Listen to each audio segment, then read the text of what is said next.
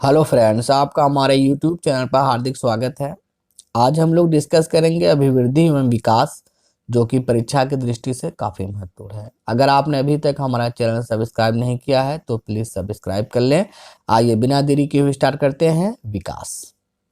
देखिए, मानव विकास प्रसव पूर्व अवस्था से आपसे ये पूछा जाएगा कि मानव विकास कब से प्रारंभ होता है, तो आपके दिमाग में रहना चाहिए प्रसव पूर्व अवस्था से। ये आपके पेपर में आ भी चुका है कि जो कि विकास कब से प्रारंभ होता है, तो आपको ये मालूम होना चाहिए कि प्रसव पूर्व अवस्था से आरंभ होता है। जीवन पर्यंत चलता रहता है। विकास केवल शारीरिक वृद्धि ही नहीं है, बल्कि इसमें व्यक्ति के शारीरिक, मानसिक, सामाजिक और नैतिक पद भी शामिल है, जो गर्भ काल से लेकर मृत्यु पर्यंत तक चलते रहते हैं। मतलब जो विकास होता है वो आपका प्रसव पूर्व अवस्था से आरंभ हो जाएगा और कब तक चलता रहता है, जब तक आदमी जीवित रहता है, जब तक कि वह कब्र तक नहीं पहुंच जाता है, काल के गाल में नहीं समा जाता, तब तक उसका विकास होता रहता है। विकास केवल शारीरिक वृद्धि नहीं है, इसमें क्या क्या शामिल है? व्यक्ति के शारीरिक भी पद शामिल है, मानसिक भी शामिल है, सामाजिक और नैतिक। मतलब विकास के सभी पद शामिल है। अगर आपका शारीरिक भी विकास हो रहा है, मानसिक भी हो रहा है, सामाजिक भी हो रहा है, नैतिक भी हो रहा है, तो कहा जाएगा कि आपका विकास हो रहा है। अब यहाँ पे देखिए, अब हल्लाक ने क्या डिफिनेशन दिया है।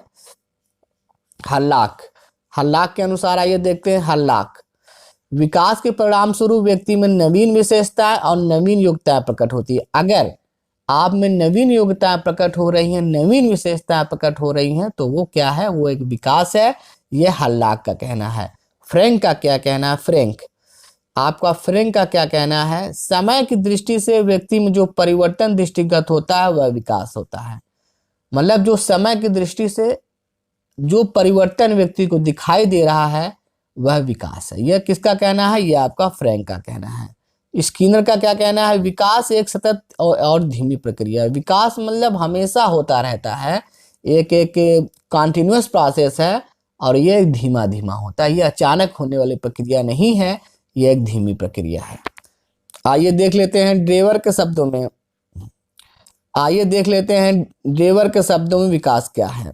विकास प्रणाली में प्रगतिशील परिवर्तन। कैसा परिवर्तन है? प्रगतिशील परिवर्तन है जो निश्चित लक्ष्यों की ओर निरंतर निर्देशित होता है। मतलब विकास आदमी का एक प्रगतिशील परिवर्तन है जो निश्चित लक्ष्यों की ओर निरंतर निर्देशित होता रहता है।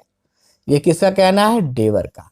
अभिवृद्धि से तात्पर्य शरीर के आकार में वृद्धि से है। जैसे आपका शरीर का आकार बढ़ रहा है, लंबाई बढ़ रही, चौड़ाई बढ़ रही, वजन बढ़ रहा है और आपके आंतरिक अंग बढ़ रहे हैं, तो आप समझ जाइए क्या है? वो अभिवृद्धि है।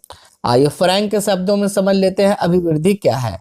अभिवृद्धि को कोशिकीय वृद्धि के रूप में प्रयुक्त करते हुए कहा कि शरीर एवं व्यवहार के किसी पहलू में होने वाला परिवर्तन अभिवृद्धि कहलाता है।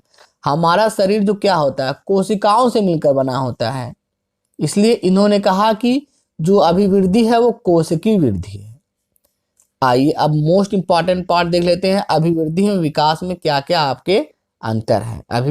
आइए अब देख लेते हैं अभिवृद्धि में विकास में क्या अंतर है। अभिवृद्धि और विकास: अभिवृद्धि आपका मात्रात्मक होता है और यह मात्रात्मक और गुणात्मक दोनों होता है। मतलब अभिवृद्धि जो आपका होता है, इसमें केवल आपका लंबाई बढ़ेगा, चौड़ाई बढ़ेगा, ऊंचाई बढ़ेगा, वजन बढ़ेगा, जबकि इसमें आपका भाषा का भी विकास होगा, बुद्धि का भी विकास होगा, सामाजिक विकास भी होगा। मतलब ये गुणात्मक है, आपकी बुद्धि बढ़ रही है, हमें भाषा कौशल उत्पन्न हो रही है, आपके गुणात्मक वृद्धि।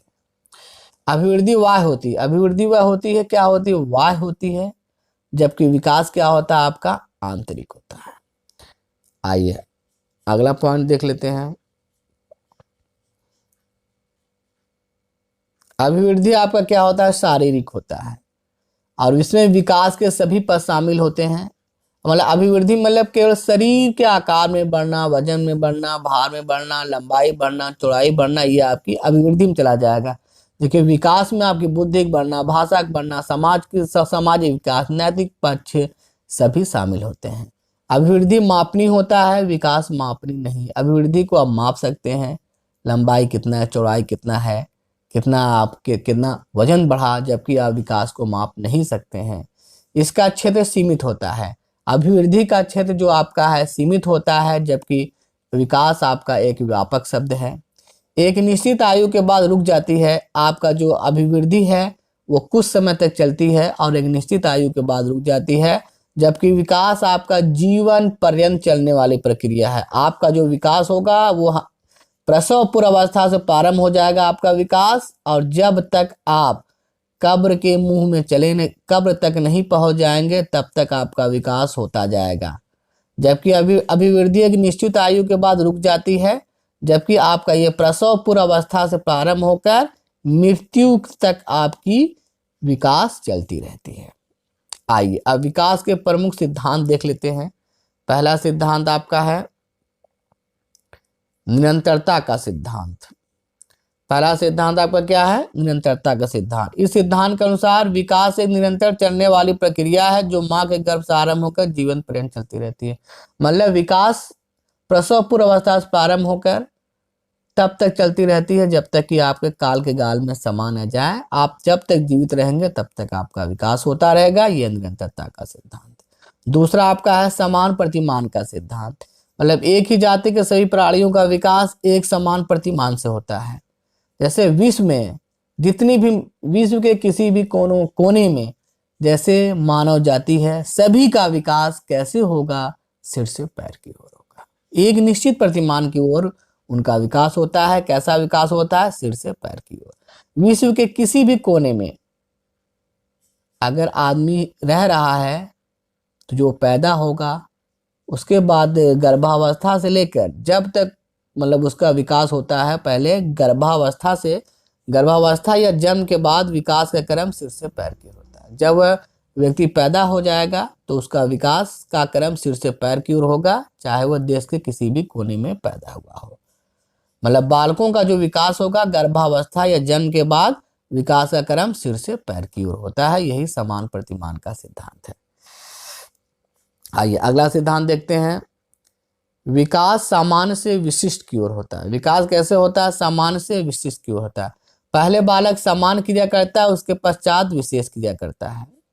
पहले बालक वह क्रिया करता है जो एकदम जनरल है, उसके बाद वह स्पेसिफिक क्रिया करता है। जैसे बच्चा पहले क्या लेगा? करवट लेगा, फिर बैठेगा, बैठना सीखता है, फिर घुटनों के बल चलता है, फिर वह खड़ा होता है, फिर चलने लगता है। ऐसा नहीं है कि वो पहले चलने लगता है, फिर खड़ा होता है, फिर घुटनों के बल रेंगता है, फिर बैठता है, फिर करवट लेता है। मतलब पहले वो जनरल चीजें करेगा। जैसे मतलब बच्चा पहले इधर उधर मतलब करवट लेगा, बेलेगा, उसके बाद वो धीरे धीरे बैठना स्टार्ट कर देता है, उसके बाद वो घुटनों के बल मतलब चलता है बकैया बकैया, उसके बाद बालक खड़ा होता है, उसके बाद फिर वो चलने लगता है। यही आपका क्या है? सामान्य से विशिष्ट का सिद्धांत है। विकास सामान्य से विशिष्ट की ओर होता है। पहले बालक सामान्य क्रिया करता है, उसके पश्चात विशेष क्रियाएं करता है।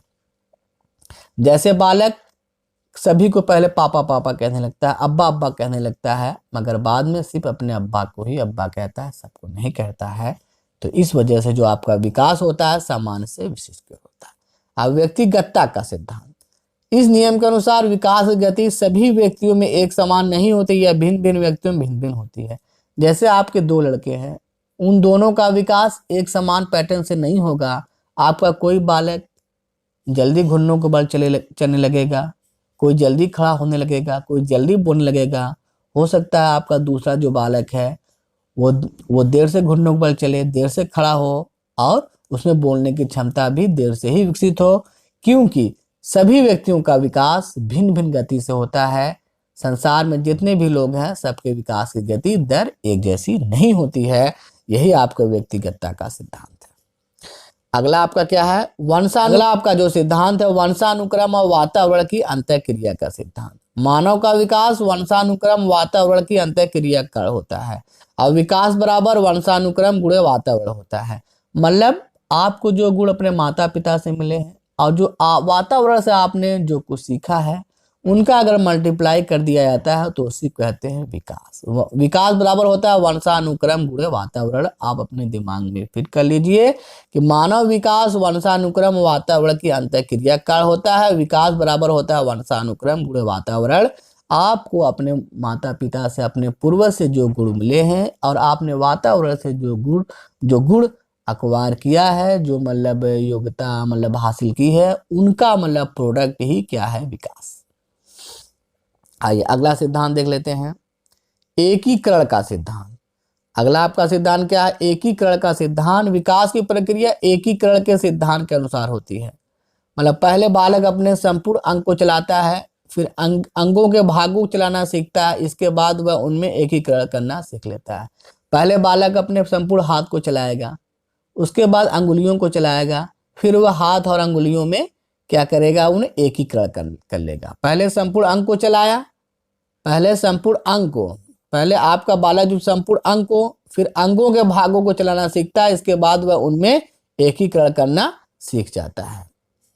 जैसे आप पहले संपूर्ण हाथों को चलाते हैं, उसके बाद अंगुलियों को चलाना सीखते हैं, फिर आप हाथ और अंगुलियों दोनों में क्या करते हैं, एकीकरण कर लेते हैं। मतलब आप हाथ को भी चलाते हैं एक साथ, अंगुलियों को भी चलाते हैं, यही आपका क्या है, एकीकरण का सिद्धांत। परिमार्जिता का सिद्धांत। आइए अगला सिद्धांत है परिमार्जिता का। इस सिद्धांत के अनुसार अच्छे वातावरण, सही मार्गदर्शन द्वारा विकास को वांछित दिशा में गति दी जा सकती है।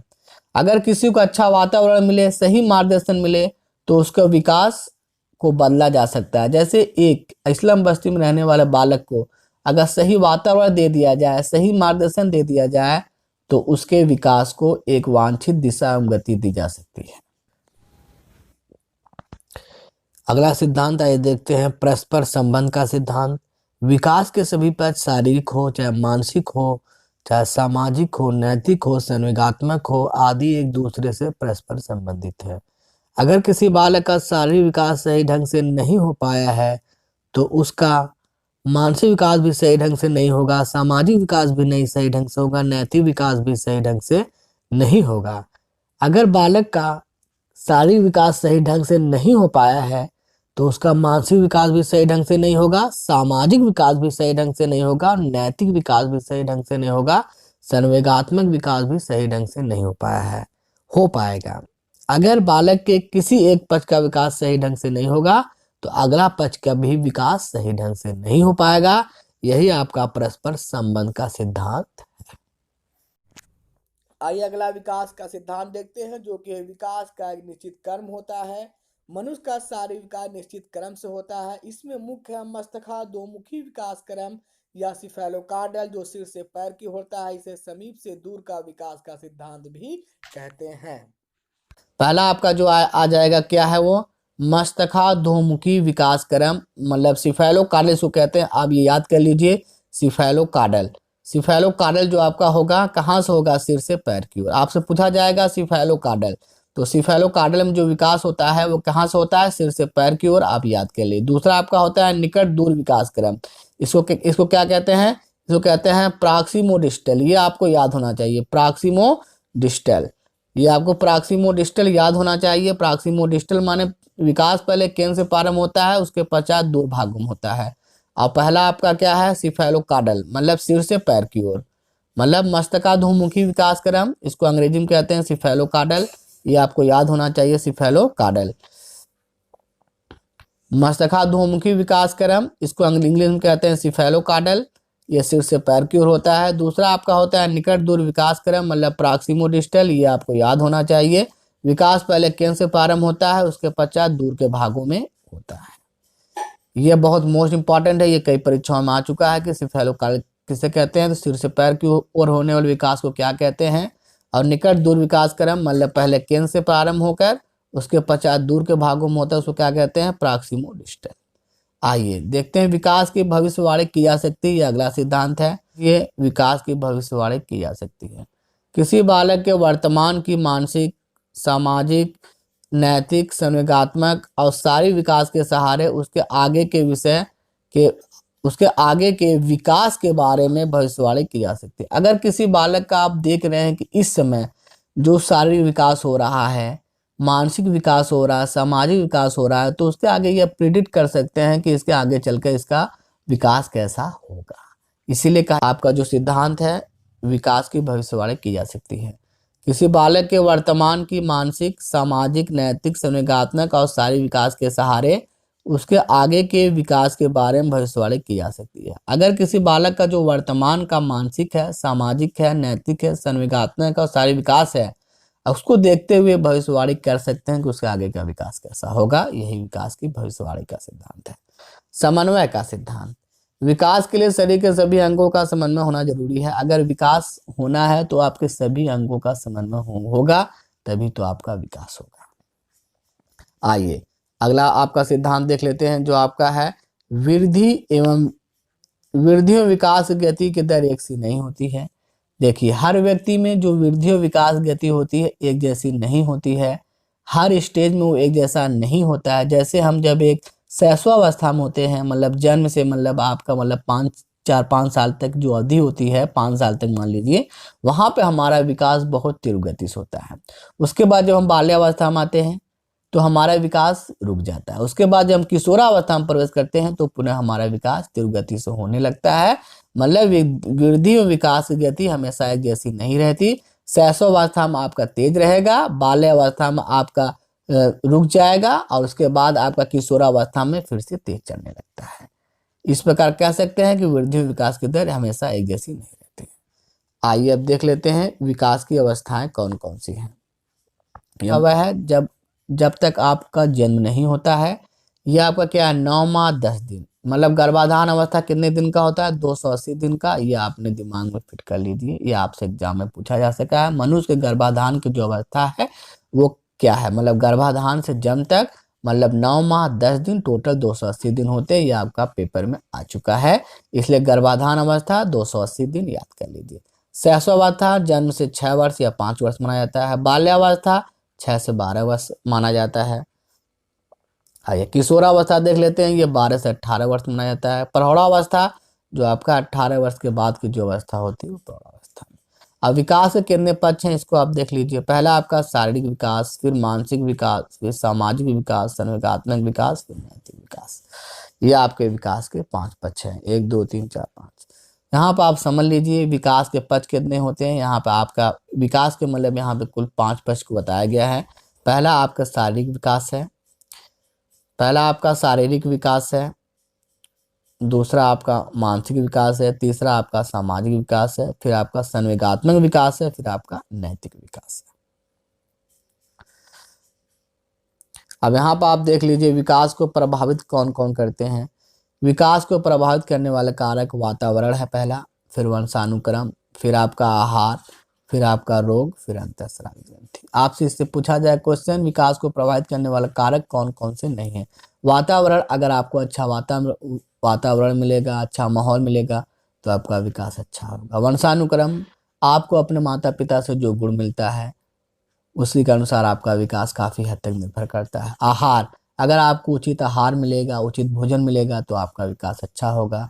अगर आपको हमेशा रोग मतलब ग्रस्त हैं तो आपका विकास अच्छा नहीं होगा। अंतःस्रावी ग्रंथियाँ भी हमारे विकास को प्रभावित करती हैं। अगर आपको हमारा वीडियो अच्छा लगा हो तो प्लीज़ लाइक और शेयर करना ना भूलें। Thanks for watching the video.